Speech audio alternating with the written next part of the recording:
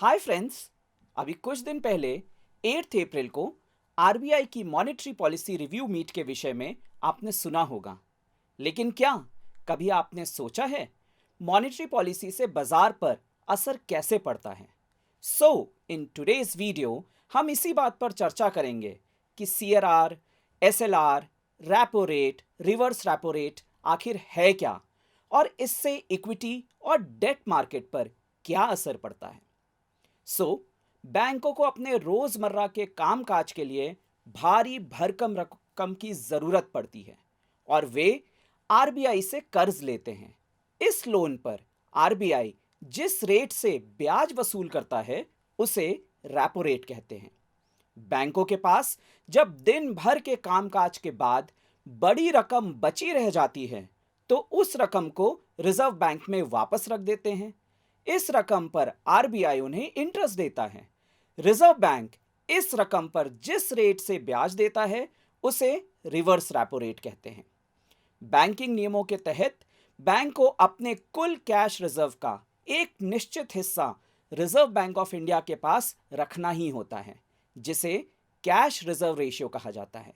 यह नियम इसलिए बनाए गए हैं कि यदि किसी भी वक्त बैंक में बहुत बड़ी तादाद में सेविंग्स अकाउंट होल्डर या कोई भी अकाउंट होल्डर रकम निकालने के लिए पहुंच जाता है तो बैंक उसे पैसा चुकाने से मना ना कर सकें। बैंकिंग नियमों के तहत हर बैंक को अपने कुल कैश रिजर्व का एक निश्चित हिस्सा लिक्विड एसेट्स में भी रखना ही होता है, जिसे हम स्टैच्यूटरी लिक्विडिटी रेशियो के रूप में जानते हैं। अब जब आपको repo rate, reverse repo rate, CRR और एसएलआर के बारे में थोड़ी बहुत जानकारी हो गई है, तो अभी आज की डेट में रेपो रेट 4% है, रिवर्स रेपो रेट 3.35% है, सीआरआर 4% है और एसएलआर 18% है। अब यदि हम इसे एक उदाहरण के तरह लें, मान लीजिए आपने बैंक में 1000 रुपये जमा किए।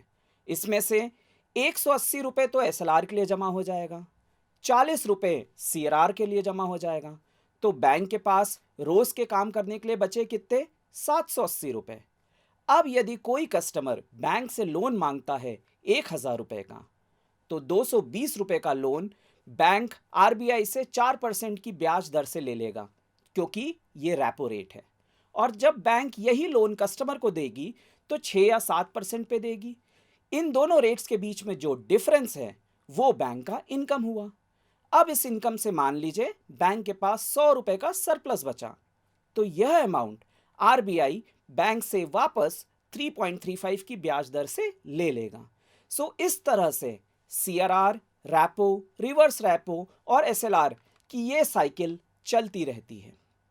बैंकिंग नियमों के तहत हर बैंक को अपने कुल कैश रिजर्व का एक निश्चित हिस्सा रिजर्व बैंक के पास रखना होता है, जिसे हमने सीआरआर बोला था। यह नियम इसलिए बनाए गए हैं ताकि पूरा बैंकिंग सिस्टम मजबूत रहे। लेकिन जब बैंकों को कम ब्याज दर पर ऋण उपलब्ध होगा या लोन मिलता है, यानी रेपो रेट कम होगा, तो वो अपने ग्राहकों को भी सस्ता लोन दे सकते हैं। और यदि रिजर्व बैंक रेपो रेट बढ़ाएगा तो बैंकों के लिए भी कर्ज लेना महंगा हो जाएगा और वे अपने ग्राहकों के लिए भी कर्ज महंगा कर देंगे। इससे बाजार में लिक्विडिटी कम होगी और इक्विटी बाजार से पैसा निकलकर डेट मार्केट में जाने की संभावना बढ़ जाती है, क्योंकि अतिरिक्त नकदी के लिए बैंक्स एफडी के रेट्स बढ़ा सकते हैं। In short, correction in equity markets की संभावना बढ़ जाती है। जब भी बाजार में ज्यादा लिक्विडिटी दिखाई देती है, आरबीआई रिवर्स रेपो रेट भी बढ़ा देता है ताकि बैंक ज्यादा ब्याज कमाने के लिए उनकी रकम आरबीआई के पास जमा कर दें। इस तरह बैंकों के पास बाजार में रखने के लिए कम लिक्विडिटी रह जाती है। लिक्विडिटी फिर कम हो जाएगी और इससे इक्विटी मार्केट में करेक्शन की संभावना फिर बढ़ जाती है। अगर सीआरआर बढ़ता है तो बैंकों को ज्यादा बड़ा हिस्सा रिजर्व बैंक के पास रखना होगा अपने नेट कैश का, और उनके पास कर्ज देने के लिए कम रकम रह जाएगी, यानी आम आदमी को फिर से कर्ज महंगा मिलेगा। अगर बैंक सीआरआर को घटाता है तो बाजार में लिक्विडिटी बढ़ जाती है। इस तरह से हमने देखा कि repo rate, reverse repo rate और सीआरआर हमारे इक्विटी बाजार को किस तरह से इफेक्ट करती है। सो जब कभी भी नेक्स्ट टाइम आप मॉनेटरी पॉलिसी के बारे में सुने, पढ़ें, तो इन सब लॉजिक को ज़रूर लगाएं और एक इन्फॉर्म्ड और समझदार इन्वेस्टर बने। Thank you. Audio Jungle.